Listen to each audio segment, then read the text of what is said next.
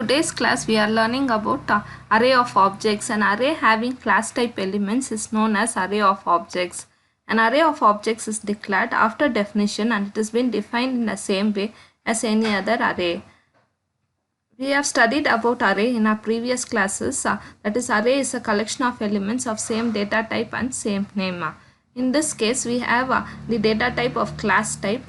So all the elements will belong to class type. So it is known as array of objects. Class is a keyword and employee is the class name.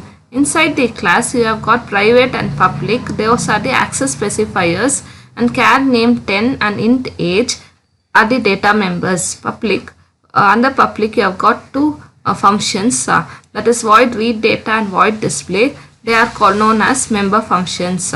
Once you close the bracket and put a semicolon, the entire session is known as class definition. The employee is the class name and supervisor is the object name, and in case if there is one employee, we will write it as supervisor. In this case we have three employees of supervisor, that is we are writing it as an array of objects. So here we are defining the array of objects with the class name and the object name along with the array size.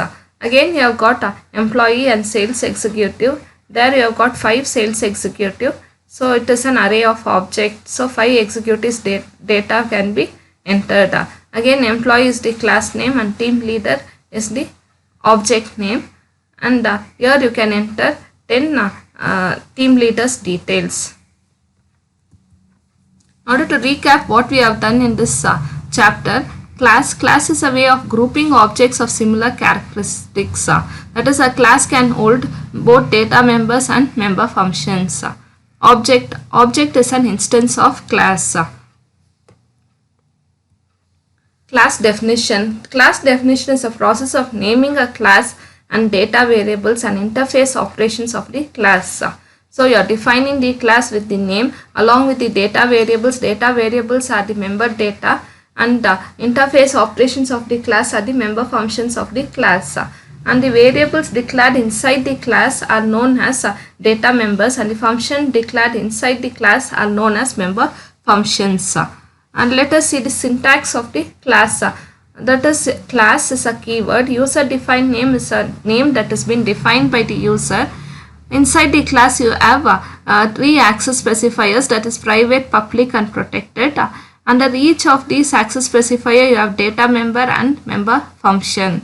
Once you complete all the statements in your class, you have to close it with a flower bracket and a semicolon. Access specifier. Every data member of a class has been specified by 3 levels of access protection for hiding the data and member functions internal to the class. So different types of access specifiers are private, public and protected. Member functions can be defined in 2 places, that is inside class definition and outside class definition. When it is defined inside the class definition, there is no need to use the scope resolution operator. You have to write the return type and the function name and define the function and declare the function and define the function inside the class itself. But when a member function has been defined outside class definition, in that case you have a syntax for defining the class. That is, you have to mention the return type, then the class name, then scope resolution operator and then the member function name. So in order to define the member function outside the class, we are using an operator known as scope resolution operator. The syntax for defining the objects of the class: class name, object 1, object 2. So you are defining the class, defining the class initially in the program. After that, when we are defining the objects of the class, this is mostly done in the main function, where you will mention the class name along with the object name, object 1, object 2. Once the class has been defined, any number of objects can be defined. When there are 1 or 2 objects, you can define like this. There are 100 objects or 200 objects, then in that case we are using array of objects. Let us see a simple example. That is, in case if a student is student class has been defined. In order to define the objects of the class, it should be mentioned in the void main. So inside the void main you can mention it as student, that is the class name, and S is the object name. Array as a member of the class. Array can also be used as the member of the class. The members of the class are data members and member functions. So when we are defining the array as the member of the class, it should be defined as a private.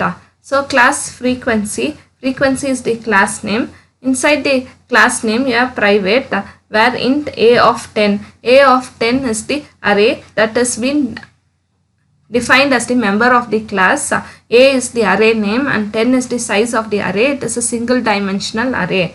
Then you have variables n, I, element and frequency. That is, these are the data members of the class, and int is the data type. Public is again an access specifier. Void read data, void find free, confine, display are the member function declaration. So once you close the bracket and put a semicolon, your class will be defined.